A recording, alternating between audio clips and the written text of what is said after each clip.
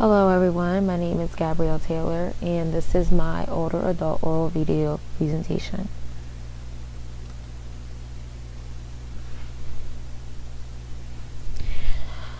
First, let me give you a little bit of background about the person I decided to interview.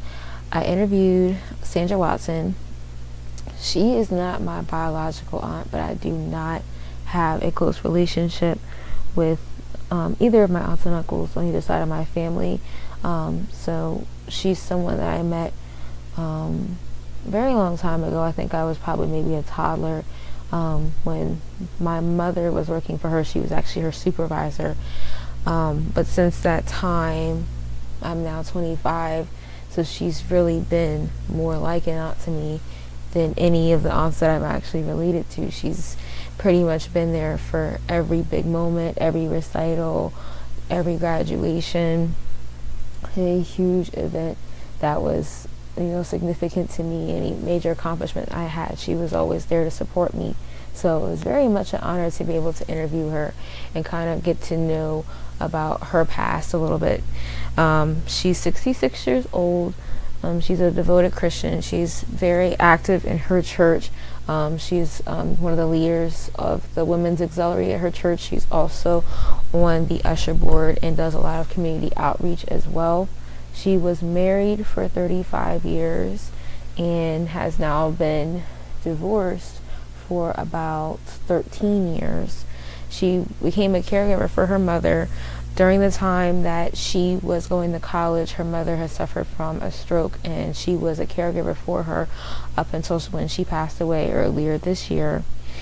She has worked in the hospital dietary setting since 1975. She started at that job working in the cafeteria and has worked her way up through management to where she is now an office manager. She was also a dietary manager before that, and now she currently is going to be overseeing the sites that are here in Kent County. There are two major hospitals in Kent County that she'll be responsible for overseeing in the final year that she'll be working there, because next year she will be going into retirement. She also was an entrepreneur through Home Interiors and received many accolades for the amount of sales that she had each year. She had shared with me there was quite a few times that she won cruises because of her sales. She was selling over $50,000 a year at times through Home Interiors, so it was more than just a second job for her. It really gave her a sense of pride to be able to be a business owner and be in business for herself and be able to control her own destiny. She received her college degree 13 years after her graduation from high school, and it was very significant to her because during the time that she was getting her degree, she was working both of these jobs, and right in the middle of that is when her mother suffered from her stroke. So the fact that she was able to, still go back to school even though she had to take a year off, she decided to go to night school instead so that she was still able to work and take care of her mom, and it was very, very big accomplishment for her to be able to do that. We had about a half-hour interview, and although there were a lot of things that she stated in several of the stages that we discussed, I wanted to focus more on intimacy versus isolation. During this stage, she had gained a lot of her accomplishments, but she also went through a lot of the challenges that kind of shaped her, she feels, into how she is today. So for this stage, this is stage 6 of Erikson's theory of human development. It occurs during the ages of 18 to 40. It's characterized by young adults who are seeking a need for closeness in their relationships. They're seeking intimacy. And in success of this stage, they're able to be in a relationship with another person while still being able to be themselves and not lose their identity in that relationship. Failing at this means that they are at risk in adulthood for isolation, and that intimacy may not be able to be established in future relationships.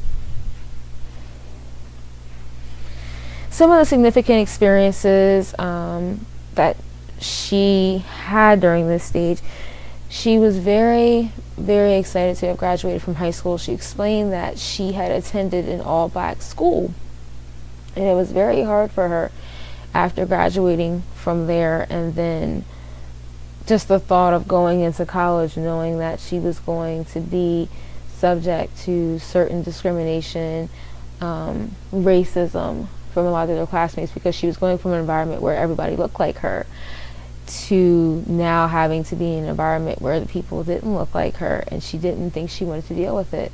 So initially, graduating from high school was enough for her. Once she got her first job working in a daycare center, she was very excited about it because she was the youngest person working there, and she found that a lot of the older women would sort of mimic and model a lot of the things that they saw her do with the children. They noticed her success with being able to work with them, and so she found that they were trying to do a lot of the things that she was doing. She was excited because she had so many ideas about, what she wanted to do and how to, just prove that she was capable of doing what she needed to do at the job with people who were much older than her. She got married at 18. She said she fell in love in the summer of 1969, and she was very frustrated because she grew up in a very strict household. Her parents did not allow her to date. Specifically, her father was very strict and was completely against the entire relationship. And just a few days after she had met him, he wanted to marry her, and she explained that, I've just met you, I can't just go off and marry you. But after a few more dates, they decided to go ahead and get married. And as a result, her relationship with her father was tarnished because he was very furious. He did not want her to get married. He did not approve of the relationship, and she felt like she kind of had to choose between her love for her father and her love for her partner. She found herself conflicted with a lot of the standards that she had, because in order for her to be with him, she had to compromise a lot of things that initially she had agreed with herself that she was not going to tolerate or deal with. She never wanted to date someone who was a truck driver because of the constant travel, and just kind of trying to figure out how to trust a person like that. And of course, he also wanted to live in a trailer, and she never wanted to do that either. And so because she loved this man, she abandoned a lot of those standards and was very, obviously, very wise in taking some of the things back that she knew she wanted to maintain for herself. She stated that her uncle was very instrumental in mentoring her through that process and making sure that she knew that as long as she was working, it was very important that she had her own money set aside for herself in case she ever needed to get away. And so she said she was very grateful for that, because without his guidance, she may very well have been in a worse situation once her marriage had ended, because he did drain the bank account that they had together. So it was very good that she went off and got her own checking and savings account and still had some money for herself. In the process of her marriage, she was also very proud to have gained home ownership at such a young age. They bought their trailer together based off of the money that they both were making. She was also able during this stage to graduate from college at the age of 31, which was very big for her, because with her having been out of school for so long, she found herself in a classroom with all these other students who were much younger than her, and she felt like she had to learn everything all over again. She stated that initially it was very discouraging because of the discrimination that she faced within the classes, being in class with a lot of Caucasian students, and there not being very many African American students there on the campus that she attended, because during that time that's just the way that it was. She gained her degree in computer science and was very excited about it, because there was a position at the hospital where she was working that she would have been eligible for once she had graduated.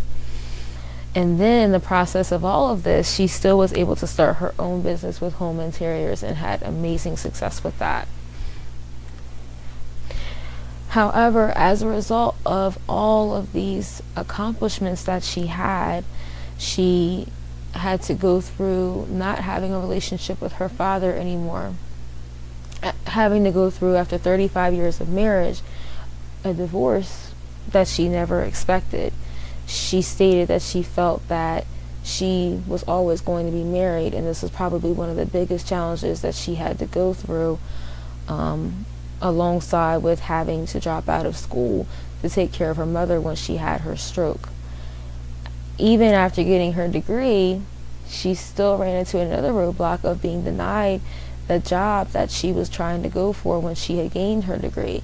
She stated it was very discouraging for her to have worked so hard to get that degree and then still not be able to get that job because they chose someone else for it. But it was still an accomplishment for her to get her degree because, as she had said previously, she thought she never really was going to go back to school, and it gives her a sense of pride that she was able to not only start it but complete it based off of all the setbacks that she had experienced. Also, she had owned her first home and now owns her second home after her divorce, which was a big accomplishment for her. Just really becoming self-sufficient, having her second stream of income, her own business, being an entrepreneur, and having that backup in case anything had ever happened with her main job at the hospital.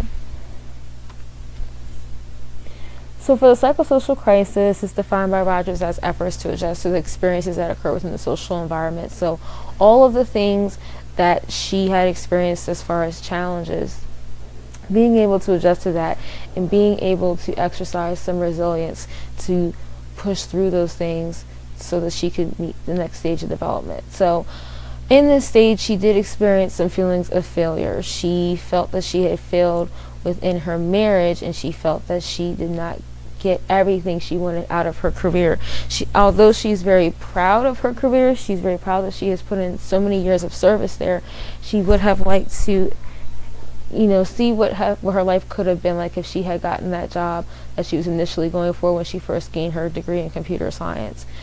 Coping with life after divorce was especially difficult for her because she stated she had to kind of regain her independence, because although she had her second business, it more was like a hobby for her at the time, and it really flourished more into a career once she realized her marriage was ending, because his income was so much higher than hers and she had to figure out how to support herself, and really having to try to become self-sufficient so that she did not have to depend on anybody after that was a very big deal for her.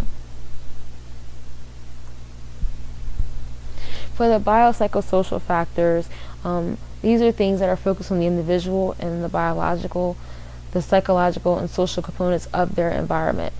So some of the factors that facilitated her success, her social class, obviously, she was in middle class, but because, as I said, she had two streams of income, it really was helpful for her in transitioning out of a two-income household to where, her second stream of income was more of a hobby that turned into a career once she was able to put her energy into that, because she no longer had to focus on, her relationship. Her education, because she does feel that it's one of the reasons why she has moved up through her career at the hospital to where she is in the position she's in now. Her religion, because her faith is very important to her, she feels that it's one of the things that has gotten her through a lot of the difficult situations in her life, because she does believe in prayer, she does believe in God, and she does have a very good relationship with her pastor and her church family, and gains a lot of satisfaction from participating in different activities in different committees within her church. And then her family, because she had a very supportive family, especially when her mother had her stroke. She was not in that situation alone. Everyone sort of pitched in to help out where they could so that she was not completely overwhelmed with the situation. One of the things that she feels did sort of inhibit her was her race and ethnicity, because as I said previously, when she was in college, it was one of the things that kind of discouraged her a little bit and made her think about, at times, not really wanting to go back. She did, however, say that she did not feel oppressed by culture, age, or gender.